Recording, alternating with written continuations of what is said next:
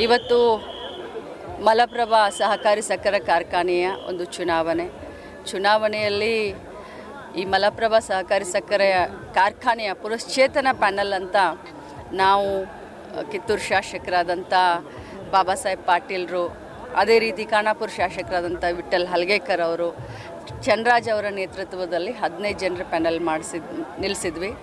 15ಕ್ಕೂ 15 ಇವತ್ತು ರೈತ ನಮ್ಮ ಮತದಾರ ಪ್ರಭುಗಳು, ಶೇರ್ ಹೋಲ್ಡರ್ಸು 15ಕ್ಕೆ 15 ಕೂಡ ಎಲ್ಲ ಲೀಡ್ ಇದ್ದಾವೆ ಅಂತ ಒಳಗಡೆಯಿಂದ ಸುದ್ದಿ ಬರ್ತಾ ಇದೆ. ಇದನ್ನು ನೋಡಿದ್ರೆ ಎಲ್ಲೋ ನಮ್ಮ ಮೇಲಿನ ವಿಶ್ವಾಸ, ಅವರಿಟ್ಟಿರೋ ವಿಶ್ವಾಸ ಜಾಸ್ತಿ ಅನ್ನಿಸ್ತಾ ಇದೆ. ಮತ್ತು ನಮ್ಮ ಜವಾಬ್ದಾರಿ ಕೂಡ ಇದನ್ನು ನೋಡಿದರೆ ಜಾಸ್ತಿ ಆಗಿದೆ. ಸಾಕಷ್ಟು ವಿರೋಧ ಕೂಡ ಇತ್ತು, ವಿರೋಧಿಗಳಿಗೆ ಭಾಳಷ್ಟು ತುರುಸಿನ ಇಲೆಕ್ಷನ್ನಲ್ಲಿ ನಾವು ಏನೇನೋ ವಾಗ್ದಾನವನ್ನು ಮಾಡಿದ್ದೀವಿ.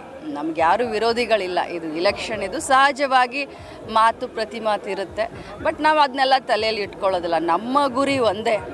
ಏನೂ ನಾವು ಹೇಳಿದ್ವಿ, ಈ ಮಲಪ್ರಭಾ ಶುಗರ್ ಫ್ಯಾಕ್ಟ್ರಿಯ ಗತ ವೈಭವವನ್ನು ಮರುಕಳಿಸಿ ತರೋದೇ ನಮ್ಮಿಬ್ಬರ ಉದ್ದೇಶ, ನಮ್ಮೆಲ್ಲ ಮುಖಂಡರುಗಳ ಉದ್ದೇಶ ಅಂತ ಹೇಳಿದ್ವಿ. ಆ ನಿಟ್ಟಿನಲ್ಲಿ ನಾವೆಲ್ಲರೂ ಸೇರ್ಕೊಂಡು ಕೆಲಸ ಮಾಡ್ತೀವಿ, ವಿಶ್ವಾಸವನ್ನು ಉಳಿಸ್ಕೊಳ್ತೀವಿ.